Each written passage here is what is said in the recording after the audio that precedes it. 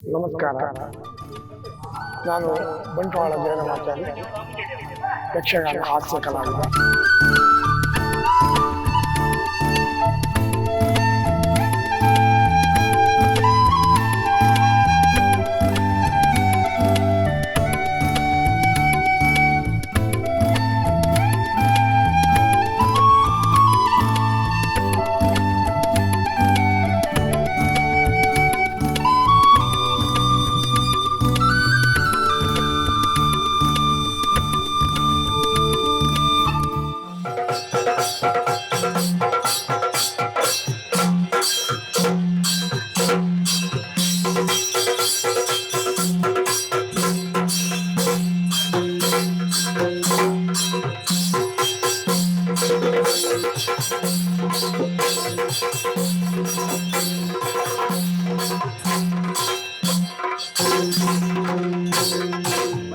ಜಯರಾಮಣ್ಣ, ನಿಮ್ಮ ಬಾಲ್ಯದ ಜೀವನ, ಬಾಲ್ಯದಿಂದ ಇಲ್ಲಿ ತನಕ ನಿಮ್ಮ ಯಕ್ಷಗಾನದ ಪಯಣ, ಅದರ ಒಂದು ಸಂಕ್ಷಿಪ್ತ ನೋಟ ಹೇಳಬಹುದಾ? ಸಾಧಾರಣ 50 ವರ್ಷಗಳಿಂದ ಯಕ್ಷಗಾನದಲ್ಲಿ ವ್ಯವಸಾಯ ಮಾಡ್ತಾ ಇದ್ದೇನೆ. ನನ್ನ ಊರು ಬಂಟ್ವಾಳವೇ. ನನ್ನ ತಂದೆಯಾದಂತಹ ಬಂಟ್ವಾಳ ಗಣಪತಿ ಆಚಾರ್ಯರು, ಅವರು ಕೂಡ ಯಕ್ಷಗಾನ ಕಲಾವಿದರೇ ಆಗಿದ್ದು, ಹಾಸ್ಯ ಕಲಾವಿದರಾಗಿದ್ದು, ಜೊತೆಯಲ್ಲಿ ಚಿನ್ನದ ಕೆಲಸವನ್ನು ಮಾಡ್ತಾ ಇದ್ದರು. 8 ಮಂದಿ ಮಕ್ಕಳಲ್ಲಿ ನಾನೇ ಹಿರಿಯವ. ಸಾಧಾರಣ 7ನೇ ತರಗತಿಯವರೆಗೆ ಶಾಲೆಗೆ ಹೋದೆ. ಶಾಲೆಗೆ ಹೋಗ್ತಾ ಇರುವಾಗ ನಮ್ಮಪ್ಪಯ್ಯ ಅಮಟಾಡಿ ಶ್ರೀ ದುರ್ಗಾ ಪರಮೇಶ್ವರ ಯಕ್ಷಗಾನ ಮಂಡಳಿ ಅಂತ ಒಂದಿತ್ತು. ಅದರಲ್ಲಿ ವಾರಕ್ಕೊಂದು, 15 ದಿವಸಕ್ಕೊಂದು, ತಿಂಗಳಿಗೆ 2-3 ಹೀಗೆಲ್ಲ ಆಟ ಆಗ್ತಾ ಇತ್ತು. ಅವರು ಹೋಗ್ತಾ ಇರುವಾಗ ನಾನು ಕೂಡ ಅವರ ಜೊತೆಯಲ್ಲಿ ಹೋಗ್ತಾ ಇದ್ದೆ. ಆಟವನ್ನು ನೋಡ್ತಾ ನನಗೂ ಕೂಡ ಕಲಾವಿದನಾಗಬೇಕು ಅಂತ ಆಸೆ ಆಯಿತು. ಆದರೆ ನಮ್ಮ ಅಪ್ಪಂದು ಅದಕ್ಕೆ ಒಪ್ಪಿಗೆ ಇರಲಿಲ್ಲ.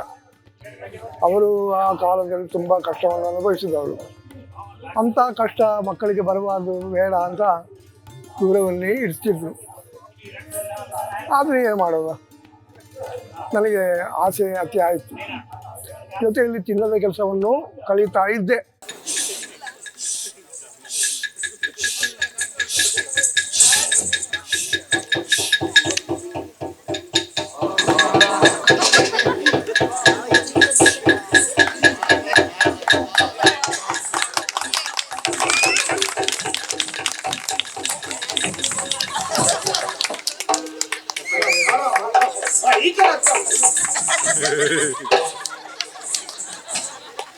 ಅವರು ಕೂಡ ಇದರಷ್ಟು ಭಾರ ಇಲ್ಲ.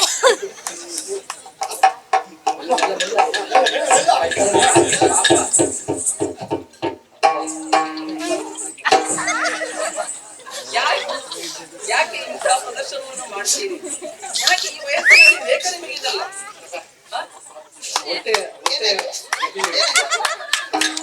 ಆಮೇಲೆ 2ನೇ ವರ್ಷ ಅಮಟಾಡಿ ಮೇಳದಲ್ಲಿ ಕಲಾವಿದನಾಗಿ ಸೇರಿಕೊಂಡೆ. ಹೀಗೆ ಅದು ಬಾಲಗೋಪಾಲ, ಕೋಡಂಗಿ ವೇಷ, ಕಿರಾತ ಪಡೆ, ರಾಕ್ಷಸ ಬಲ ಹೀಗೆಲ್ಲ ಮಾಡ್ತಾ ಇದ್ದೆ. ಹಾಗೆ ಮಾಡ್ತಾ ಒಂದು ವರ್ಷ ಅಮಟಾಡಿ ಮೇಳದಲ್ಲಿ ತಿರುಗಾಟ ಮಾಡಿದೆ. ಆಮೇಲೆ 2ನೇ ವರ್ಷ ಸುಂಕದ ವೆಟ್ಟೆ ಮೇಳದಲ್ಲಿ ತಿರುಗಾಟ ಮಾಡಿದೆ. 3ನೇ ವರ್ಷ ಸೊಂದನಾಡು ಮೇಳದಲ್ಲಿ ತಿರುಗಾಟ ಮಾಡಿ, ಆಮೇಲೆ 4ನೇ ವರ್ಷಕ್ಕಾಗುವಾಗ ಕಟೀಲು ಮೇಳಕ್ಕೆ ಸೇರಿಕೊಂಡೆ. ಅದೇ ವರ್ಷ 2 ಮೇಳ ಆದ ವರ್ಷ. ಆ ಒಂದು ವರ್ಷ ತಿರುಗಾಟ ಮಾಡಿ ಧರ್ಮಸ್ಥಳ ಲಲಿತ ಕಲಾ ಕೇಂದ್ರ, ಪೂಜ್ಯ ಕಾವಂದರ ಅನುಗ್ರಹದಿಂದ ಲಲಿತ ಕಲಾ ಕೇಂದ್ರದಲ್ಲಿ ನನಗೆ ಗುರುಗಳಾಗಿ ಪಟ್ರೆ ಚಂದು ಅವರು ಗುರುಗಳಾಗಿದ್ದರು. ಅಲ್ಲಿ ನಾನು ಕಲಿತು ಪುನಃ 4 ವರ್ಷ ಬಿಡದೆ ಕಟೀಲು ಮೇಳದಲ್ಲಿ ತಿರುಗಾಟ ಮಾಡಿದೆ. ಹಾಗೆ ಮಾಡ್ತಾ ಪುತ್ತೂರು ಶ್ರೀಧರ ಭಂಡಾರಿಯವರ ಪುತ್ತೂರು ಮೇಳಕ್ಕೆ ಸೇರಿಕೊಂಡೆ. ಆಗ ಒಳ್ಳೊಳ್ಳೆ ಕಲಾವಿದರಿದ್ದು, ಕೃಷ್ಣನ್ ಬಾಬಣ್ಣ, ಮೂಡಿಬಿದ್ರೆ ಮಾಧವ ಶೆಟ್ಟರು, ಕಾವೂರು ಕೇಶವಣ್ಣ, ಹೊಸ ಮಾಲಿಂಗ ಭಟ್ರು, ಶ್ರೀಧರ ಭಂಡಾರಿಗಳು, ಹೀಗೆ ದೊಡ್ಡ ಕಲಾವಿದರ ತಂಡವೇ ಇತ್ತು. ಅದರಲ್ಲಿ ತಿರುಗಾಟ ಮಾಡಿ 5 ವರ್ಷಗಳ ಕಾಲ ಪುತ್ತೂರು ಮೇಳದಲ್ಲಿ ತಿರುಗಾಟ ಮಾಡಿದ್ವಿ. ಆಮೇಲೆ ಕದ್ರಿ ಮೇಳ, ಕರ್ನೂರು ಕೊರಗಪ್ಪರವರ ಕದ್ರಿ ಮೇಳದಲ್ಲಿ ಒಂದು 5 ವರ್ಷ ತಿರುಗಾಟ ಮಾಡಿದೆ. ಅದನ್ನು 1988ರಲ್ಲಿ ಆ ಮೇಳ ನಿಂತು ಹೋಯಿತು. ಮತ್ತು 89-90ಕ್ಕೆ ಕುಂಬಳೆ ಮೇಳಕ್ಕೆ ಸೇರಿಕೊಂಡೆ. KH ದಾಸಪ್ರೈಗಳ ಕುಂಬಳೆ ಮೇಳದಲ್ಲಿ 1 ವರ್ಷ ತಿರುಗಾಟ ಮಾಡಿ, ಆಮೇಲೆ ಸುರತ್ಕಲ್ಲು ಮೇಳ ಅದರಲ್ಲಿ 2 ವರ್ಷ ತಿರುಗಾಟ ಮಾಡಿದೆ. ಆ ನಂತರ ಮನೋಹರ್ ಕುಮಾರ್ರ ಕದ್ರಿ ಮೇಳದಲ್ಲಿ ಮತ್ತು 11 ವರ್ಷ ತಿರುಗಾಟ ಮಾಡಿ ಪಾಟೀಲ್ ಮೇಳಕ್ಕೆ ಪುನಃ ಸೇರಿಕೊಂಡೆ. ಪುರಿಯ ಗಣಪತಿ ಶಾಸ್ತ್ರಿಗಳ ಸೆಟ್ಟು 3ನೇ ಮೇಳ, ಅದರಲ್ಲಿ 2 ವರ್ಷ ತಿರುಗಾಟ ಮಾಡಿ, ಆಮೇಲೆ ಎಡನೀರು ಮೇಳ, ಪೂಜ್ಯ ಎಡನೀರು ಕೇಶವಾನಂದ ಸ್ವಾಮೀಜಿಯವರು ಬರುವುದಕ್ಕೆ ಹೇಳಿದರು. ಅದರಲ್ಲಿ 2 ವರ್ಷ ತಿರುಗಾಟ ಮಾಡಿ, ಆಮೇಲೆ ಹೊಸನಗರ, ಎಡನೀರು, ಹನುಮಗಿರಿ, ಹೀಗೆ ಸಾಧಾರಣ 15 ವರ್ಷ ಈ ವ್ಯವಸ್ಥಾಪಕದಲ್ಲಿ ತಿರುಗಾಟ ಮಾಡಿ ಸದ್ಯಕ್ಕೆ ಇದರಲ್ಲಿ ತಿರುಗಾಟ ಮಾಡ್ತಾ ಇದ್ದೇನೆ.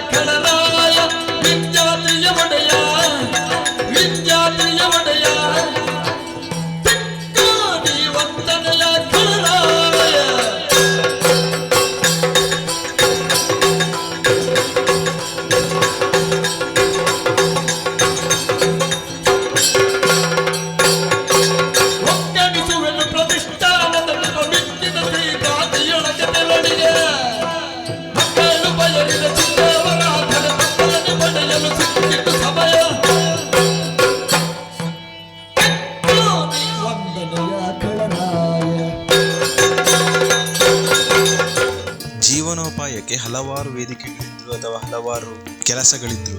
ಬಂಟ್ವಾಳ ಜಯರಾಮಾಚಾರ್ಯವರು ಯಕ್ಷಗಾನವನ್ನೇ ಆಯ್ಕೆ ಮಾಡಿಕೊಂಡು ಬಲವಾದ ಕಾರಣ ಇತ್ತು. ಅಲ್ಲ, ಯಕ್ಷಗಾನದ ಆಸಕ್ತಿಯ ನಾವು ಯಕ್ಷಗಾನಕ್ಕೆ ಸೇರುವ ಕಾಲದಲ್ಲಿ ಭಾಳ ಕಷ್ಟ ಜೀವನ ಇತ್ತು.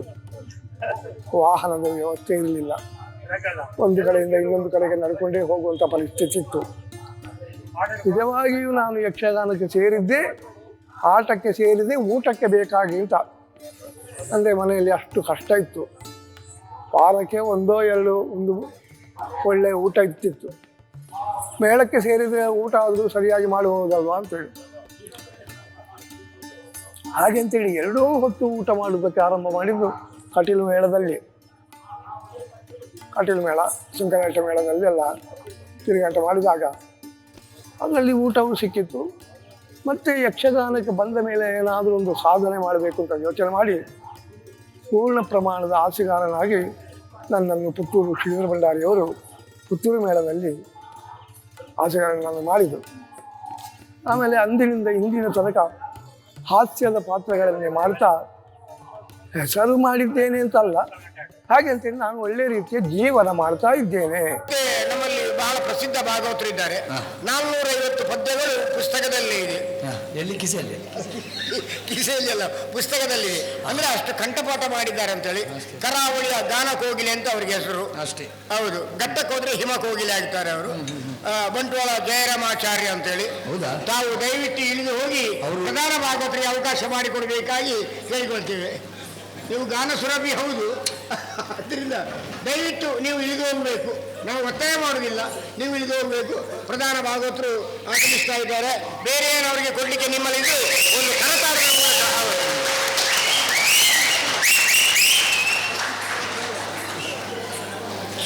ಇವರ ಅಪ್ಪ ಏನು ಪ್ರಸಿದ್ಧ ವೇಷಧಾರಿ ಗಣಪತಿ ಆಚಾರ್ಯರು ಅಂತೇಳಿ.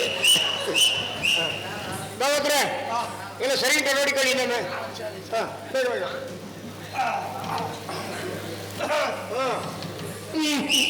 ಇಲ್ಲಿದ್ದೀರಲ್ಲ ಹೋಯ್ತಲ್ಲ, ಸರಿ ಆಯ್ತಲ್ಲ ಈಗ. ಆ ಚಂಡ ಬದಲಿ ಅವರು ಎಲ್ಲಿದ್ದಾರೆ? ಚಂಡಮದ್ಲೆಯವರು ಎಲ್ಲಿದ್ದಾರೆ? ನಮಗೆ ಅತ್ಯುತ್ತಮವಾದಂತಹ ಊಟ ವ್ಯವಸ್ಥೆ ಎಲ್ಲ ಆಗಿದೆ. ಪೂಜ್ಯರಾದಂಥ ಈಶ್ವರವನ್ನು ಮಲಗುವುದಕ್ಕೆ ಅನುಗ್ರಹ ವ್ಯವಸ್ಥೆ ಆಗಿದೆ. ಒಳ್ಳೆ ಬೆಳೆ, ಅವಲಕ್ಕಿ ಇತ್ಯಾದಿಗಳೆಲ್ಲ ಮೇಲೆ ಬರ್ಬೇಕಾಗ್ತದೆ. ಚೆಂಡೆ ಮೇಲೆ ವೇಷ ಎಲ್ಲ ತಯಾರಾಯ್ತಾ? ನೋಡಿ, ಯಜಮಾನರಿಗೆ ಒಂದು ಕುತ್ಕೊಳ್ಳಿಕ್ಕೆ ವ್ಯವಸ್ಥೆ ಕೊಡುವ.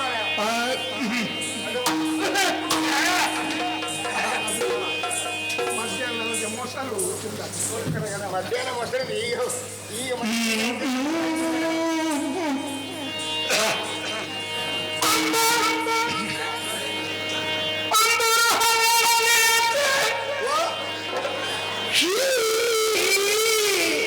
ಚೂರು ವ್ಯತ್ಯಾಸ ಆಯ್ತು.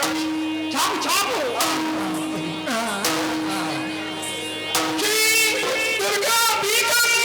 ಅಯ್ಯೋ, ಆವಾಗ ತಪ್ಪಿತು. ದುರ್ಗಾ ಬೀಕಮ್ ಅಲ್ಲ.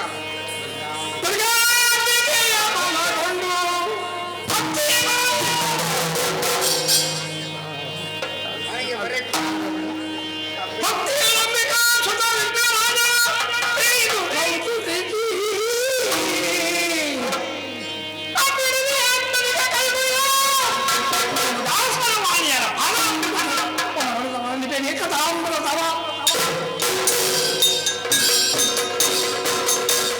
ಜಯರಾಮಣ್ಣ ಹಾಸ್ಯದ ಪಾತ್ರವನ್ನೇ ಮಾಡಲು ಕಾರಣ ಏನು? ಹಾಸ್ಯ ಪಾತ್ರದ ಬಗ್ಗೆ ನಿಮಗೆ ಅತಿಯಾದ ಒಲವಿತ್ತ? ಅಲ್ಲ, ಯಾರನ್ನಾದ್ರೂ ನೋಡಿ ಅವರಿಂದ ಪ್ರೇರಣೆಯಾಗಿ ಹಾಸ್ಯ ಪಾತ್ರವನ್ನು ಆಯ್ಕೆ ಮಾಡಿಕೊಂಡ್ರ? ಹಾಸ್ಯ ಪಾತ್ರಗಳನ್ನೇ ಆಯ್ಕೆ ಮಾಡುವುದಕ್ಕೆ ಕಾರಣ ಏನು ಅಂತಂದ್ರೆ, ನನಗೆ ಹಾಸ್ಯದ ಪ್ರಜ್ಞೆ ಸಣ್ಣ ಪ್ರಾಯದಿಂದಲೇ ಇತ್ತು. ಯಾವುದನ್ನೇ ಮಾತಾಡಿದ್ರು ಅದು ಹಾಸ್ಯವೇ ಆಗ್ತಿತ್ತು. ಮತ್ತೆ ಬೇರೆ ವೇಷಕ್ಕೆ ಹೊಂದುವಂತಹ ದೇಹವೂ ಅಲ್ಲ, ರೂಪವೂ ಅಲ್ಲ. ಹಾಸ್ಯಕ್ಕಾದರೆ ಇದೇ ರೂಪ ಸಾಕಾಗ್ತಿತ್ತು. ಸ್ತ್ರೀ ವೇಷಕ್ಕೆ ರೂಪ ಬೇಕು, ಹುಲ್ಲು ವೇಷಕ್ಕೆ ಹಾರುವುದಕ್ಕೆ ಕೂಡಬೇಕು ಅಂಥ ವ್ಯವಸ್ಥೆ ನಮ್ಮಲ್ಲಿಲ್ಲ. ಮತ್ತು ಧರ್ಮಸ್ಥಳ ಕೇಂದ್ರದಲ್ಲಿ ಕಲಿಯುವಾಗ ಪ್ರತಿ ಕಲ್ಯಾಣದ ಮೇಘಸ್ತನಿ ಎನ್ನುವಂಥ ಪಾತ್ರ ಇತ್ತು. ಅದು ಹೆಣ್ಣು ಬಣ್ಣ. ಆ ಪಾತ್ರ ನನ್ನದು ಹಾಸ್ಯವೇ ಆಗಿ ಹೋಯಿತು. ಆವಾಗ ಪೂಜ್ಯ ಕಾವಂದರು ಹೇಳಿದರು ಗುರುಗಳಲ್ಲಿ, ಚಂದು ಆಯನ ಹಾಸ್ಯಕ್ಕೆ ತಯಾರು ಮಾಡ್ತೀಯಾ ಅಂತ ಹೇಳಿದರು.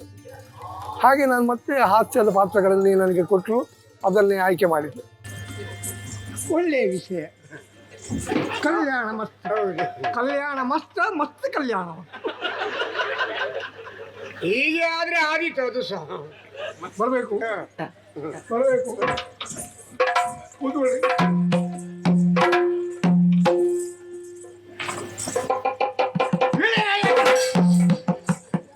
ಅದು ಯಾರು ಕೂತ್ಕೊಳ್ಳೋ ಪೀಠ? ಅರಸರಾದ ನಾನು ಅಲ್ಲಿ ಕೂತ್ಕೊಳ್ಳಿ. ಆಯ್ತು, ನೀನು ಹೇಳಿದಾದ್ಮೇಲೆ ನಾನು ಅದನ್ನೇ ಮಾಡಬೇಕು.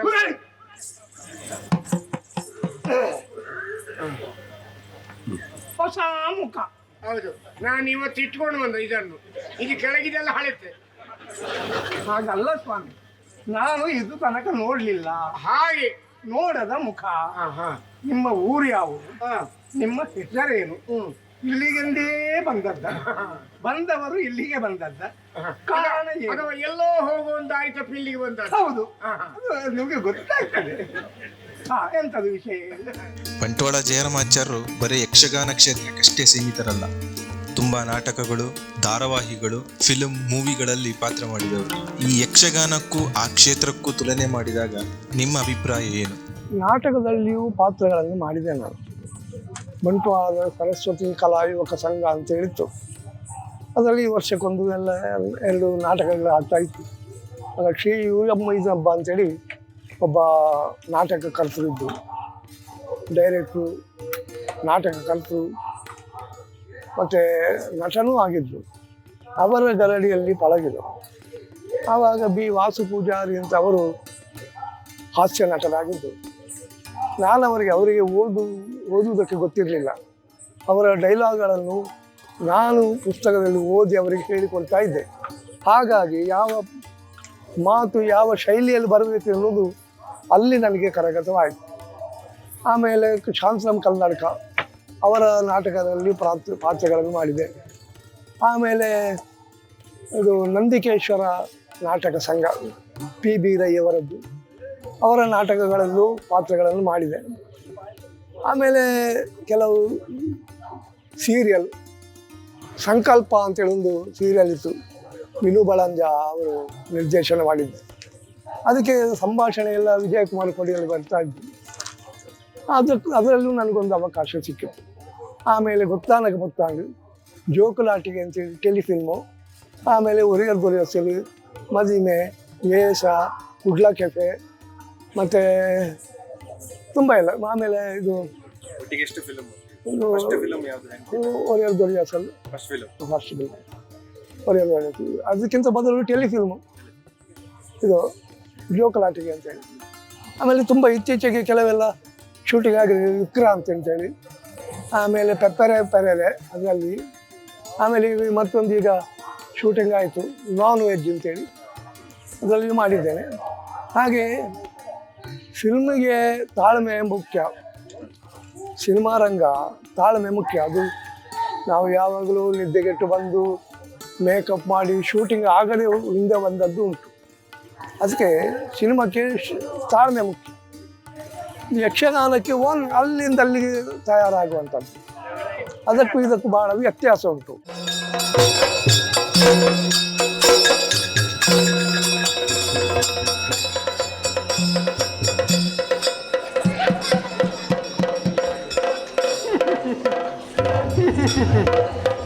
ನಾನು ಈ ರೀತಿ ಬರ್ತೇನೆ ಅಂತ ಇವರಿಗೆಲ್ಲ ಮೊದಲೇ ಗೊತ್ತಿತ್ತ?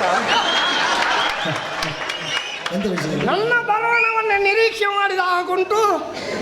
ಅದು ಸರಿ, ಇಷ್ಟೆಲ್ಲ ಜನ ಸೇರಿದ್ದಾರೆ, ಒಂದು ಮದುಮಗನನ್ನೊಂದು ಸ್ವಾಗತ ಮಾಡುವ ವ್ಯವಸ್ಥೆ ಇಲ್ಲ ಅಂತ ಹೇಳಿದ್ರೆ ಇದಕ್ಕೊಂದು ಅರ್ಥ ಉಂಟ? ಯಾರು ಇಲ್ವ ಇಲ್ಲಿ? ಇದ್ದಾರೆ. ನೀವು ಒಂದು ಅಲ್ಲಿ ನಿಂತಾಗ ನಿಮಗೆ ಸಿಗುವಂತಹ ಗೌರವ ಸಿಗಲಿ ಎನ್ನುವುದಕ್ಕಾಗಿ ಬಂದದ್ದು. ಯಾರು ನೀವು?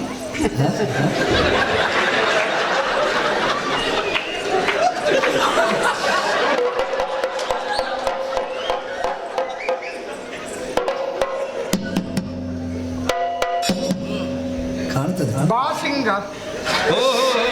ಎಷ್ಟು ಸಮಯ ಆಯ್ತು? ಬರೇ ಸಿಂಗಲ್ಲ, ಬಾಸಿಂಗ ಕಟ್ಟಿಕೊಂಡು ಬಂದಿದ್ದೇನೆ. ಇವರೆಲ್ಲ ನನ್ನವರು, ಡಿಪ್ಪಣಿಗರು, ವಾಲಗದವರಲ್ಲಿ ಕೂತಿದ್ದಾರೆ, ಇಲ್ಲಿ ಹಿಮ್ಮೇಳದವರೆಲ್ಲ ಇದ್ದಾರೆ. ಅವರೆಲ್ಲ ನಮ್ಮವರು, ನಿಮ್ಮವರ? ಮತ್ತೆ ನಾನು ಬರುವಾಗ ಬಡಿದ್ರು. ಸಂತೋಷ. ನಾನೇ ಮದುಮಗ ವಿದ್ಯುನ್ಮಾಲಿ. ಬಹಳ ಹಿಂದೆ ನೋಡಿದ್ದಲ್ಲ, ಮತ್ತೆ ಈ ವೇಷದಲ್ಲೆಲ್ಲ ನನಗೆ ಗುರುತ ಸಿಕ್ಕ. ಅಂದ ಹಾಗೆ ನೀವು ಯಾರು? ಗೊತ್ತಾಗುದಿಲ್ವಾ?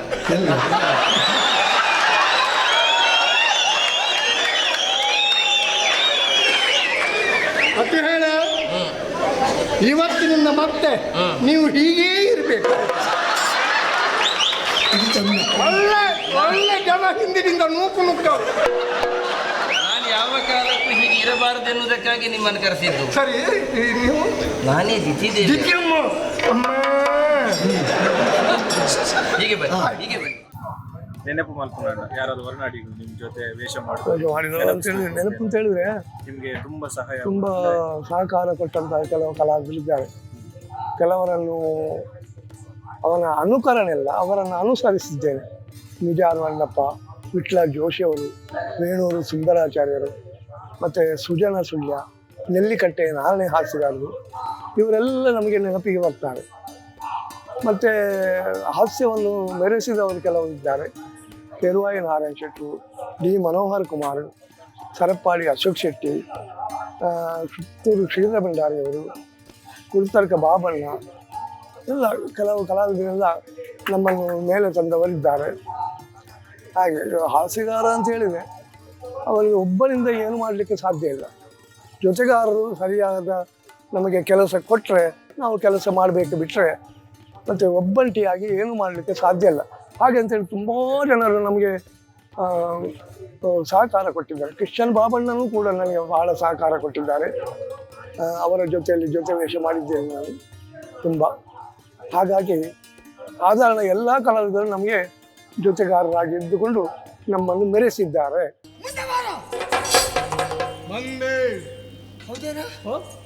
ನಿನಗೆ ನಾಚಿಕೆ, ಹಾ, ಮಾನ, ಹಾ, ಮರ್ಯಾದೆ ಹಾ. ಯಾವುದಿಲ್ವ? ಅದೆಲ್ಲ ಇದ್ರೆ ನಾನು ಇಲ್ಲಿಗೆ ಬರ್ತೇನೆ ಮಹಾರಾಜ.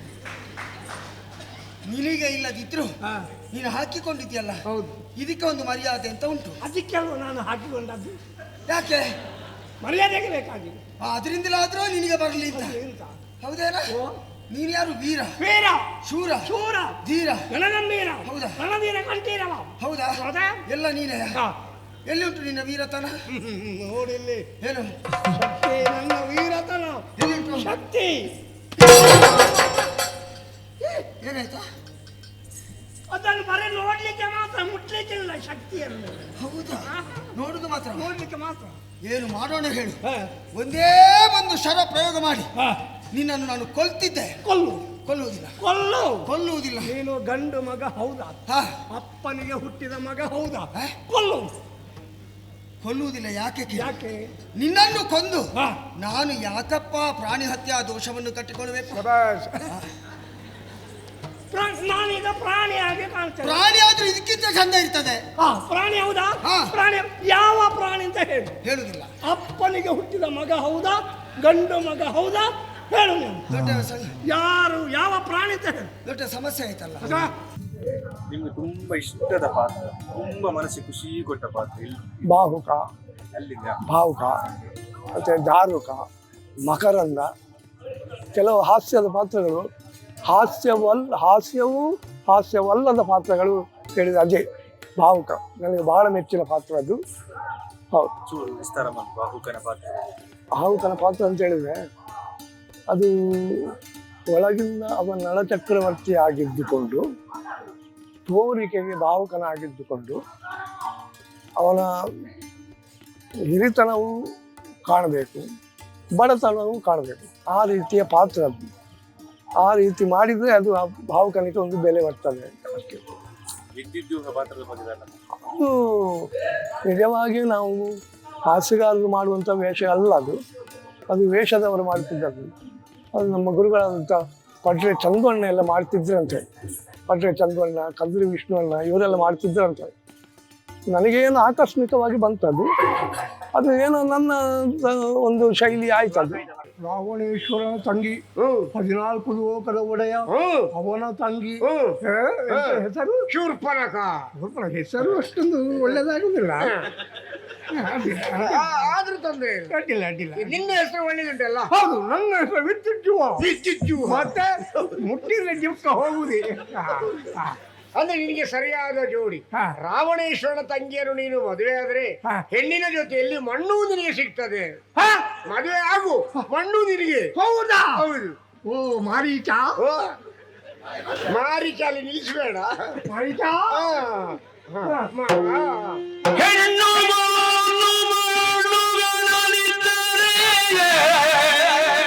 ಹೆಣ್ಣು ಹೊನ್ನು ಮಣ್ಣುಗಳಿದ್ದರೆ ಎಣ್ಣಿಸದೆ ಸಂಗ್ರಹಿಸುವುದು ಉತ್ತಮ. ಜ್ಞಾನ ಬಂದ ರೂಪೇಣ ಪಶುಪತ್ನಿ ಸುತಾಲಯ. ನನಗೆ ಅದೆಲ್ಲ ಹೇಳಲಿಕ್ಕೆ ಗೊತ್ತುಂಟು, ಹೇಳುದಿಲ್ಲ. ಇವ್ರು ಹೇಳೋ ನಾನು ಬಂದದ್ದು ಈಗ ನಾನು ಬರ್ತೇನೆ. ಹೆಣ್ಣು ಸಿಗುತ್ತದೆ, ಜೊತೆಯಲ್ಲಿ ಮಣ್ಣು ಸಿಗುತ್ತದೆ ಅಲ್ವಾ? ಅಲ್ವಾ? ಈಗ ಪ್ರಸ್ತುತ ಸನ್ನಿವೇಶದಲ್ಲಿ ಕಾಲ್ಪನಿಕ ಯಕ್ಷಗಾನಗಳೇ ಜಾಸ್ತಿ ಪ್ರಚಾರ ಹೊಂದುವುದು. ತುಳು ಕಾಲ್ಪನಿಕ ಮತ್ತು ಕನ್ನಡ ಪೌರಾಣಿಕ, ನಿಮ್ಮ ಅಭಿಪ್ರಾಯ? ತುಳು ಪ್ರಸಂಗದಲ್ಲಿ ಹಾಸ್ಯ ಪ್ರಧಾನವಾದಂಥ ಕಥೆಗಳೇ ಇರ್ತಿದ್ದವು. ಹಾಗಾಗಿ ಅದರಲ್ಲಿ ಮೆರೆಯುವುದಕ್ಕೆ ಒಳ್ಳೆಯ ಅವಕಾಶ ಸಿಕ್ಕಿದೆ. ಪೌರಾಣಿಕತೆ ಹಾಗಲ್ಲ. ಪೌರಾಣಿಕದಲ್ಲಿ ಅದಕ್ಕೊಂದು ಲೆಕ್ಕಾಚಾರ, ಇತಿ ಮಿತಿ, ರೌಂಡ್ ಅಪ್ ಎಲ್ಲ ಇರ್ತದೆ. ಅದನ್ನು ದಾಟುವುದಕ್ಕೆ ಆಗೋದಿಲ್ಲ. ತುಳು ಪ್ರಸಂಗದಲ್ಲಿ ಅದು ಆ ಕಥೆಗೆ ಬೇಕಾಗಿ ಏನಾದರೂ ಮಾತಾಡ್ಬೋದು ಅಷ್ಟೇ. ತುಳು ಪ್ರಸಂಗ ಅಂತ ಹೇಳಿದರೆ ಕೆಲವೆಲ್ಲ ಒಳ್ಳೊಳ್ಳೆ ಪ್ರಸಂಗಗಳಿತ್ತು. ಗೆಜ್ಜೆದ ಪೂಜೆ ಆಗಲಿ, ಮತ್ತು ನಿಮ್ಮ ಧರ್ಮಚಾವಡಿ, ಕದ್ರಿದ ಕಾಂಚನ, ಕದ್ರಿದ ಬಳ್ಳಿ ಇತ್ಯಾದಿ ಪ್ರಸಂಗಗಳು ಒಳ್ಳೆ ಮೆರೆದಿತ್ತು. ಆದರೂ ಚೌಕಟ್ಟು ಮೀರಿ ನಾವು ಯಾವುದನ್ನು ಮಾಡಲಿಲ್ಲ, ತುಳು ಆಗಲಿ ಕನ್ನಡ ಆಗಲಿ.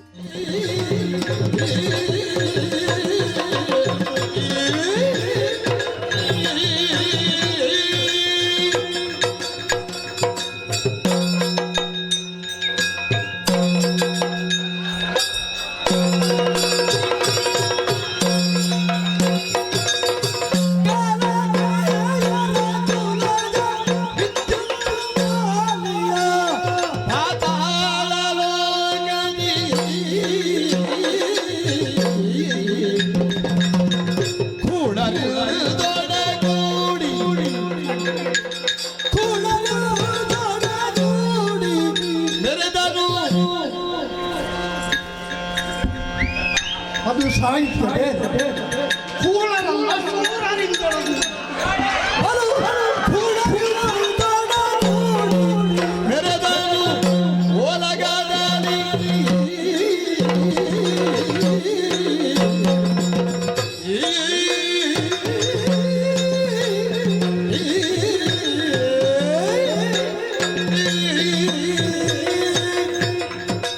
ಅವು ನಾಟ್ಯ ಶೈಲಿ ಈರ್ನನೇನ ಅದು ಅವು ಐತೆ ಬಗ್ಗೆ ನಾಟ್ಯ ಶೈಲಿ ಬಗ್ಗೆ ಒಂಚೂರು. ನಾಟ್ಯ ಅಂತ ಹೇಳಿದರೆ ಕಲ್ತದ್ದು ಬೇರೆ, ಮತ್ತು ಒಂದು ಆಯಾಯ ವೇಷಗಳಿಗೆ ಆಯಾಯ ಒಂದು ನನ್ನದೇ ಆದಂಥ ನಾಟ್ಯದ ಶೈಲಿಯನ್ನು ಮಾಡಿ ಅದು ಇನ್ನೊಬ್ಬರಿಗೆ ಅನುಕರಿಸಲಿಕ್ಕೆ ಆಗ್ತದೋ ಇಲ್ವೋ ಗೊತ್ತಿಲ್ಲ. ಹಾಗೆ ಅಂತೇಳಿ ನಾನು ನನ್ನದು ಅಂತೇಳಿ ಒಂದು ಮಾಡಿರ್ತಿದ್ದೇನೆ ಅದಕ್ಕೆ.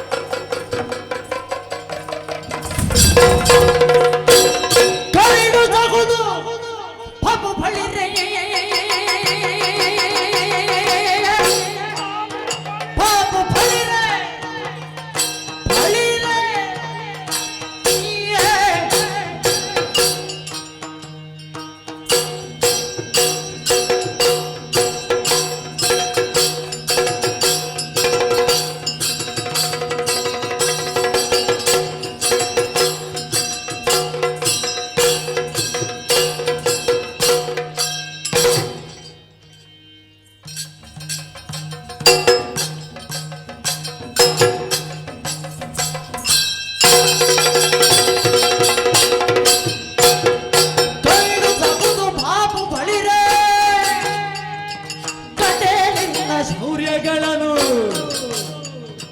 ಭಂಡ ಪಟಪಡೆನುತ ಧನುವ ತುಂಡು ಗೈದನು ಭಂಡ ಪಟಪಡೆನುತ ಧನುವ ತುಂಡು ಗೈದನು.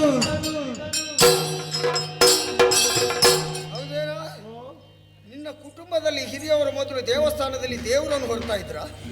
ಯಾಕೆ ಮತ್ತೆ ಎಂತದ ನಿನ್ನ ದಿನ? ಅದು ನನ್ನ ಶೈಲಿ, ಅದು ನನ್ನ ಶೈಲಿ, ಅದು ನನ್ನ ಶೈಲಿ. ನಿನ್ನ ಶೈಲಿಗೆ ಬೆಂಕಿ ಬೀಳ್ಲಿಕ್ಕೆ ಬಲಿರೆ, ಆ ಪಾಪುರೆ, ಆಹಾ ಮಜರೆ, ಆಹಾ ಮಜಬೂತು.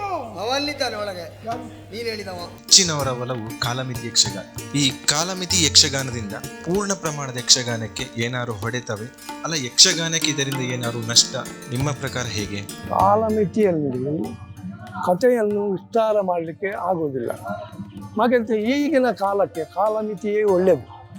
ಹಾಗಂತೇಳಿ ಯಾರು ಬೆಳಗಿನ ತನಕ ಕೂತ್ಕೊಳ್ಳುವಂಥ ವ್ಯವಧಾನ ತಾಳ್ಮೆ ಯಾರಿಗೂ ಇಲ್ಲ.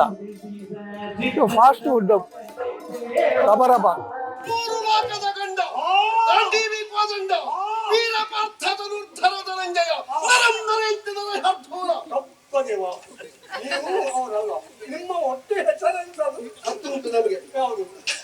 ನೀನು ಕಿರೀಟಿಯ ಬಗ್ಗೆ ಬಲ್ಲಯ್ಯ? ಕಿರೀಟಿ ಗೊತ್ತುಂಟಲ್ಲ ಅವನು ವಿಭತ್ಸ ಬಲ್ಲಯ್ಯ? ವೀರ್ನೆಸ್ ಗೊತ್ತು.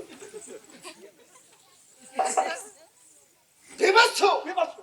ಧನಂಜಯ ಗೊತ್ತಾಗ? ಧನಂಜಯ ನಮ್ದು ಗೊತ್ತು. ಯಾವ ಧನಂಜಯನನು? ಚಿನ್ನದ ಕೆಲಸ ಮಾಡುವ ಧನಂಜಯ ಅಂತ.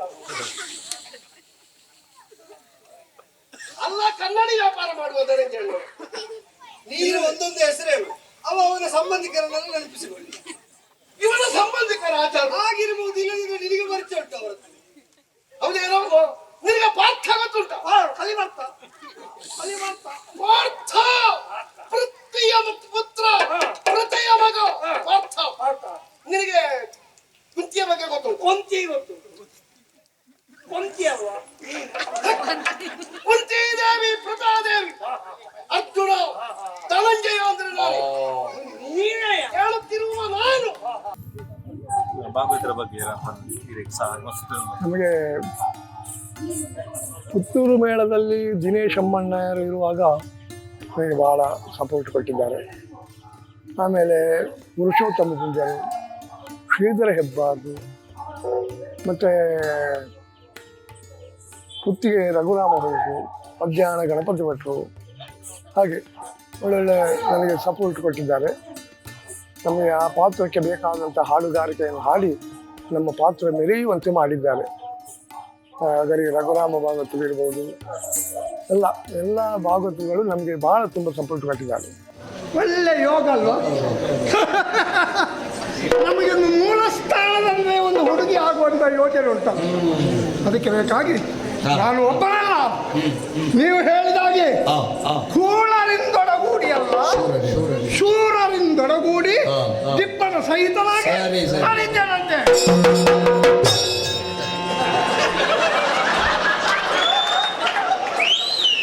ಎಂಥದ್ದು ನನ್ನದು ದೇವಸ್ಥಾನದ ಬಲಿ ಉಂಟು. ನಾನೇನಿದ್ದು ದೇವರ ಹೊತ್ತುಕೊಟ್ಟದ್ದು. ಮದುವೆ ಡಿಬ್ಬನ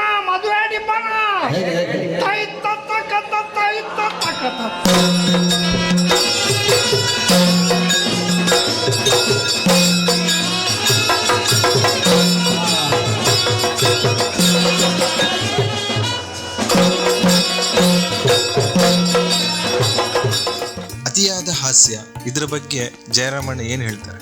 ಹಾಸ್ಯ ಅಂತ ಹೇಳಿದ್ರೆ ನಾವೆಲ್ಲ ಬಹಳ ಕಷ್ಟಪಟ್ಟು ಮೇಲೆ ಬಂದವರು. ಹಾಗೆಂತೇಳಿ ಜನರನ್ನು ತುಂಬ ಬೇಕು ಅಂತ ಅತಿಯಾದ ಹಾಸ್ಯವನ್ನು ಮಾಡುವುದು ಒಳ್ಳೆಯದಲ್ಲ.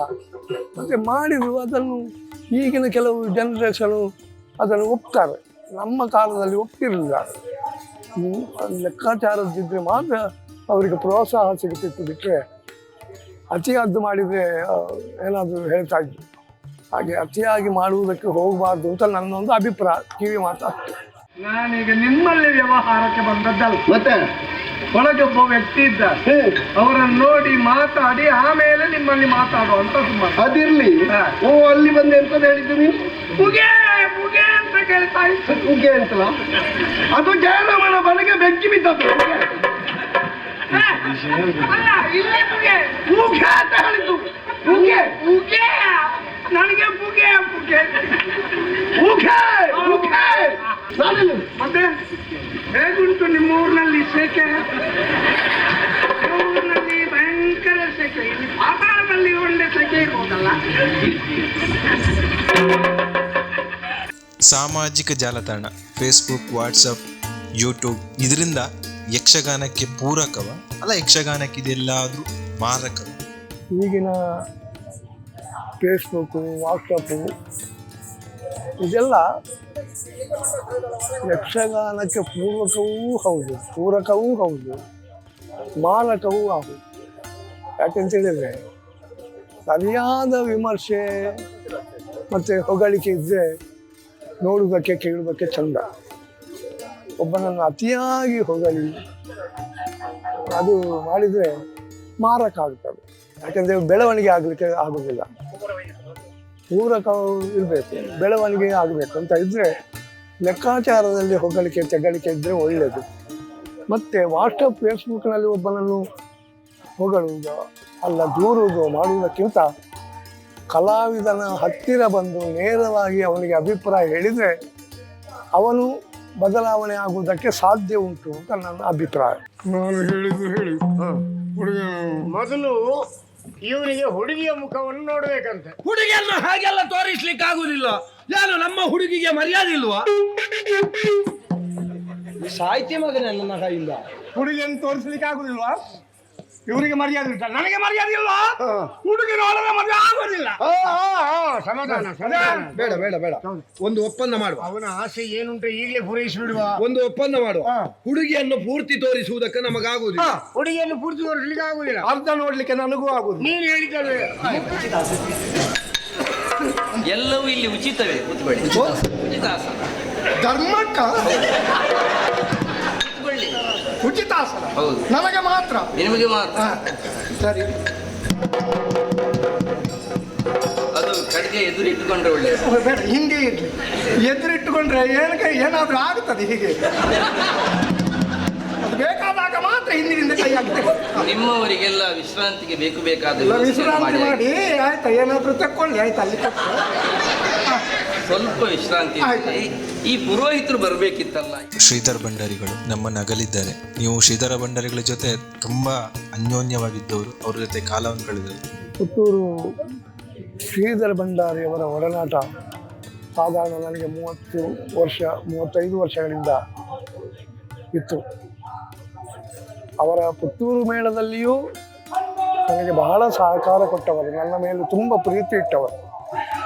ಆಮೇಲೆ ಮಳೆಗಾಲದ ತಿರುಗಾಟ, ಮಹಾಲಿಂಗೇಶ್ವರ ಪ್ರವಾಸಿ ಯಕ್ಷಗಾನ ಮಂಡಳಿ ಅಂತೇಳಿ, ಅವರ ಜೊತೆಯಲ್ಲಿ 30 ವರ್ಷಗಳಿಂದ ಒಡನಾಟ ಮಾಡಿದೆ.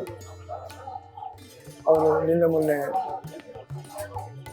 ನಮ್ಮನ್ನು ಅಗಲಿದ್ದಾರೆ. ನಮಗೆ ಬಹಳ ಬಹಳ ದುಃಖ ಆಗಿದೆ. ಅಂತ ಒಬ್ಬ ಒಡನಾಡಿ, ಸ್ವಲ್ಪ ಇದು ಎದುರು ಕೋಪ ಇದ್ದರೂ 1-2 ನಿಮಿಷದಲ್ಲಿ ಅವರು ಬಂದು ಅವರಾಗೆ ಸಮಾಧಾನ ಮಾಡಿ ಮಾತಾಡಿಸ್ತಾ ಇದ್ದರು. ನನಗಂತೂ ಅವರನ್ನು ಅವರು ಇಲ್ಲ ಅಂತ ಹೇಳುವುದಕ್ಕೆ ನನಗೆ ಬಹಳ ಕಷ್ಟ ಆಗ್ತದೆ. ಈಗ ಹೋಗಿದ್ದೇನೆ, ನಾನು ಮನಸ್ಸಿನಲ್ಲಿ ಹತ್ತಿದ್ದೇನೆ. ತುಂಬ ಬೇಸರ ಆಗ್ತಾ ಉಂಟು. ಅವರಿಗೆ ದೇವರು ಸದ್ಗತಿ ಕೊಡಲಿ ಅಂತ ಪ್ರಾರ್ಥನೆ ಮಾಡ್ತಾ ಇದ್ದೇವೆ ಸ್ವಾಮಿ.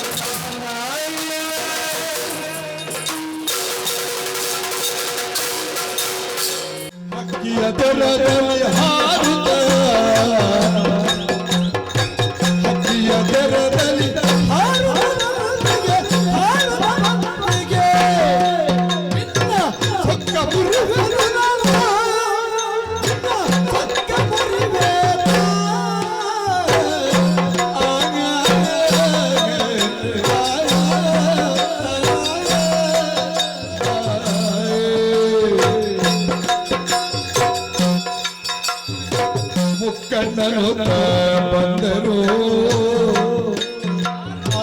ಮುಕ್ಕಣ್ಣನು ಮುಕ್ಕಣ್ಣನು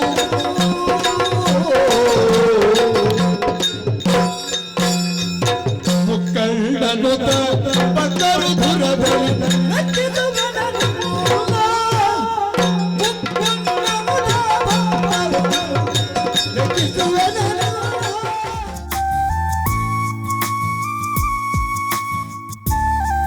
ನಮ್ಮ ಚಾನಲ್ನಲ್ಲಿ ಬರುವ ವಿಡಿಯೋಸ್ ನಿಮಗೆ ಇಷ್ಟ ಆಗಿದ್ರೆ ಲೈಕ್ ಮಾಡಿ, ಶೇರ್ ಮಾಡಿ, ನಮ್ಮ ಚಾನಲನ್ನು ಸಬ್ಸ್ಕ್ರೈಬ್ ಮಾಡಿ, ನಮ್ಮನ್ನು ಬೆಂಬಲಿಸಿ. ಯಕ್ಷಗಾನ ಗೆಲ್ಗೆ.